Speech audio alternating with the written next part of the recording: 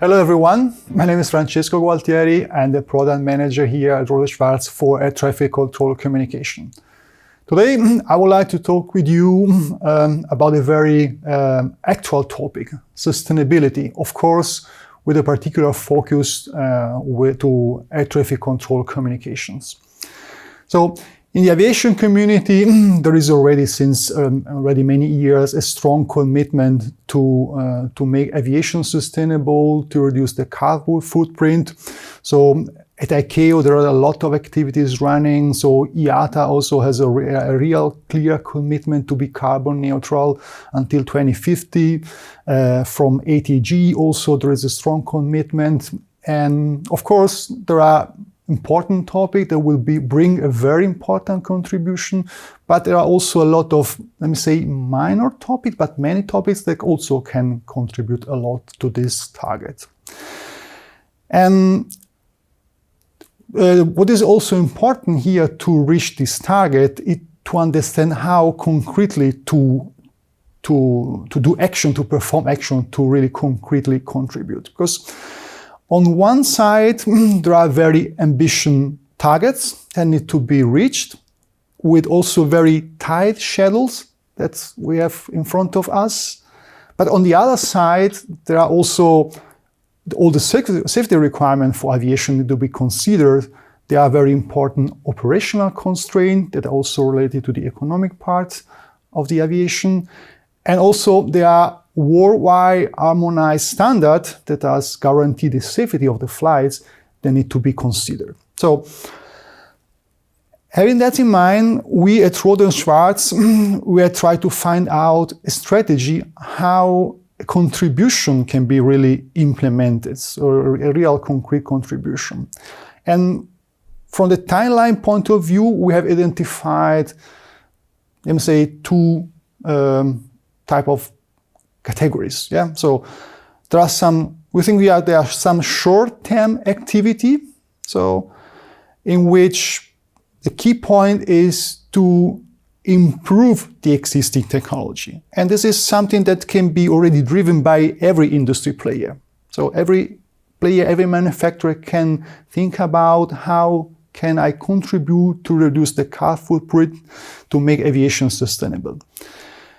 But of course, there are also some kind of long-term activities, long-term plans. So, for instance, drive new technology. So, in addition to the existing one, and this is something that is, however, is requiring not let me say, an individual game, but a team game. So, in which maybe standardization of new technology are necessary, and so on.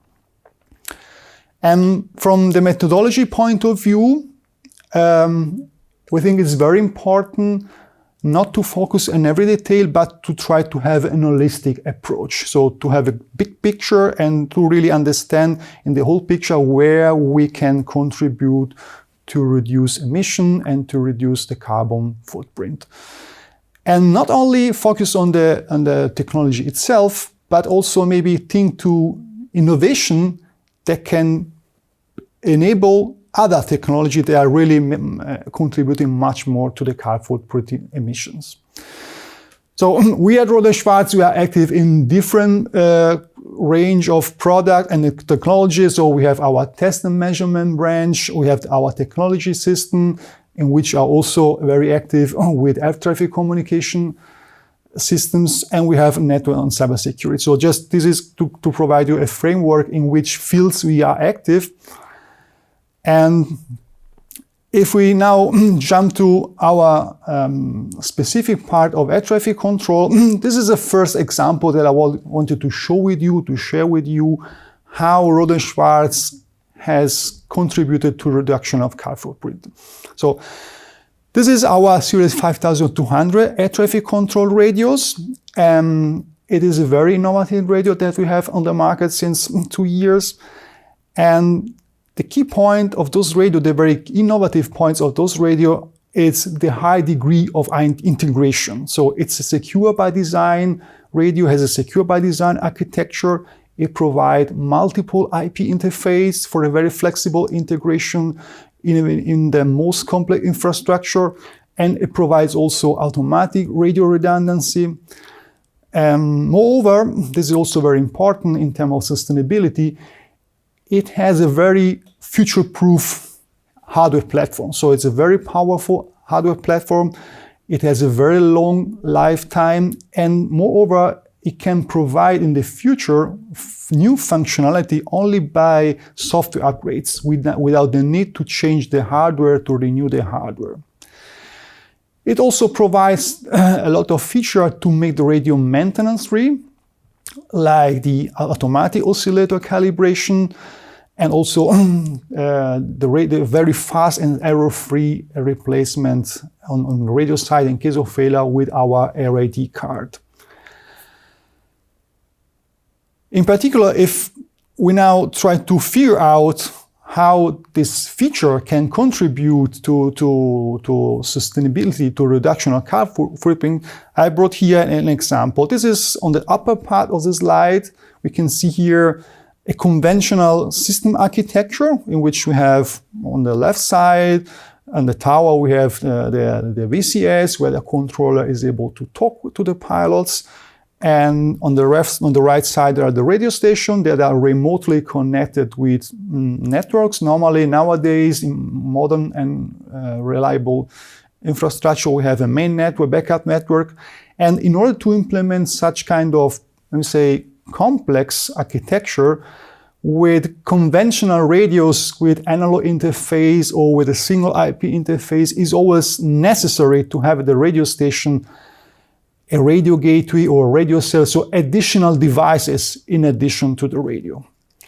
If we look to the bottom part of the slide, so this is how such system will look like with the 5200 radio.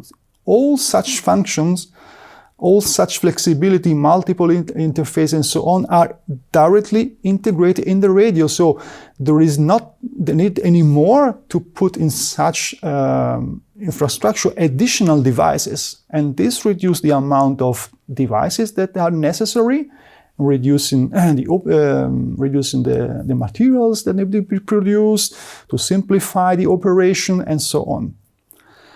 But of course, maybe you can argue, okay, great, but maybe the new radio is much more complex and require more energy.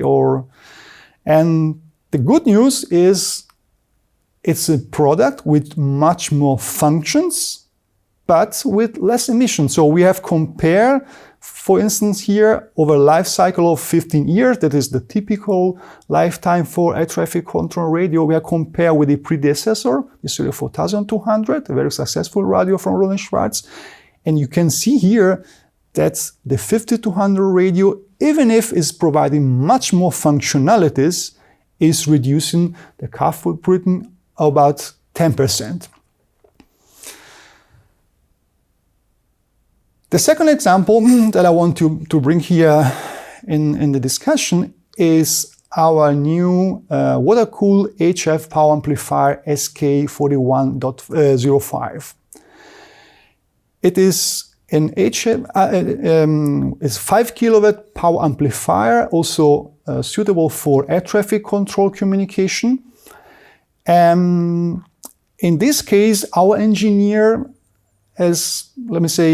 we're able to reduce the carbon footprint, having a holistic view of the approach. From the product point of view, there are constraints about the waveform that need to be implemented. We cannot change the way how the ground station is communicating to the aircraft. And there is no margin for improvement in the efficiency. But such systems are traditionally operated with the need of air cooling, because they dissipate power, and this power has to be removed and dissipated. Traditionally, such kind of devices are air cooled. That means you can see here in the picture on the left part,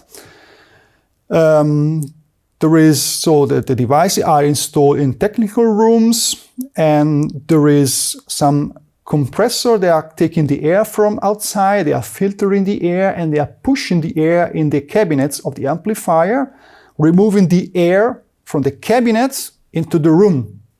But of course, the room will be heated, and there is also the need to have a very powerful climatization system in order to reduce the temperature in the room. By introducing the water cooling technology that we have derived from our broadcast amplifier, the situation is different, because the heat dissipated by the amplifier is directly forward outside the room. It will be cooled outside the room. That means the requirement for the air conditioning of the room is very strongly reduced. And having looked to the figure, and considering the energy necessary for transmission for the cooling, we were able to reduce about 1/3. And in particular, if you look to the drawing here, what is very important is with conventional air cooling systems, 1/2 of the necessary energy is for cooling. Yeah? And if you look on the right side here, less than 20% now of the energy, of the overall energy, is required for cooling. So we are using, so the user will use the energy just for transmission, for the productive part, and not for the cooling. And this is also an important example how can we contribute to minimize the carbon footprint in the ATC communication. But these were two examples in where we are now improving at the current technology, but as already said at the beginning, is also very important also to drive new technology to enable a new procedure, more efficient procedure, and in order to get much more benefit in this term. So if you look now how the situation in the ATC communication is, we see there are several kinds of efficiencies. There are structural efficiencies. For instance, if you think to the sector organization with a lot of frequency, with a lot of handover between the sectors, this brings also to a very inefficient utilization of the spectrum. That means also that it reflects in a big amount of radio that you need on ground that has to be driven, has to be supplied. They also require energy. And there are also, let me say, operational inefficiencies. We are mainly using in ATC voice communication. So to bring an information from control to pilot, it takes a few seconds, but it's very simple and essential information. And it's used with amplitude modulation that is well known not to be the most efficient way to transport information. There are also data link, air ground data link available, but they have a very limited capacity, so very limited data rate. And having that in mind, and also having in mind that there are also future challenges for aviation and in particular for air traffic communication. So there is the need to make ATC operation much more efficient. So trajectory-based operation, for instance, sectorless flying, to have a full digitalization up to the cockpit. So these are the challenges that aviation, in particular for the communication, is facing. And the solution, the way forward, that has already been developed by the SESAR activities, is the multilink FCI, Future Communication Infrastructure. This new kind of approach has the goal to provide high data rate connection from ground to the aircraft, transparent to the user, and this will be the enabler also for new kind of ATC operation that will really strongly reduce the fuel consumption of the aircraft. That is a very important part in the path to neutrality in 2050. And one important pillar of this new approach of the new multilink future communication infrastructure is LDAX. LDAX is a high-rate data link, terrestrial data link. It operates in the L band, so across 1 GHz, and can provide up to 1 megabit of user data. It's, let me say, a cellular-based system, and also has the very important characteristic that also is prepared, can support not the integration of communication, navigation, and surveillance services. We at Rohde Schwarz, We are involved since 2012 in such activities. We are active at ICAO in order to standardize the SAPs and to write down the LDAX manual together with other industry and organization players. We are driving the aviation task force, where we are defining the rollout concept in the aircraft. We are also active at EuroCAE in the working group 82, that is dealing with the standardization of the MOPS and MAPs for the LDAX technology. Moreover, we are also very, very active in several research projects funded by the German Ministry of Economics.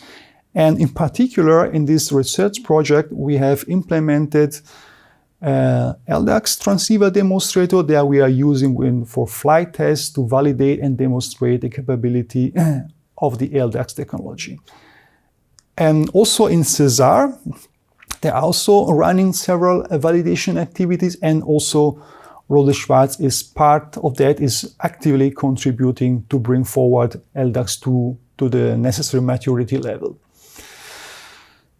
So you have seen innovation is in the DNA of Rohde Schwarz, and innovation is a key to achieve the carbon neutrality. So we need innovation to bring new idea how to reduce the carbon footprint. It's clear that the most significant contribution that require a long-term effort and a joint effort with all the players in the community. But nevertheless, it's also important not to wait, to act now. So in the short term, every little drop counts to reduce the carbon footprint. And we are already acting now. So, many thanks for your attention. If you have further questions, you want to get in touch with us, these are my contact data. You can reach us, and many thanks for the attention.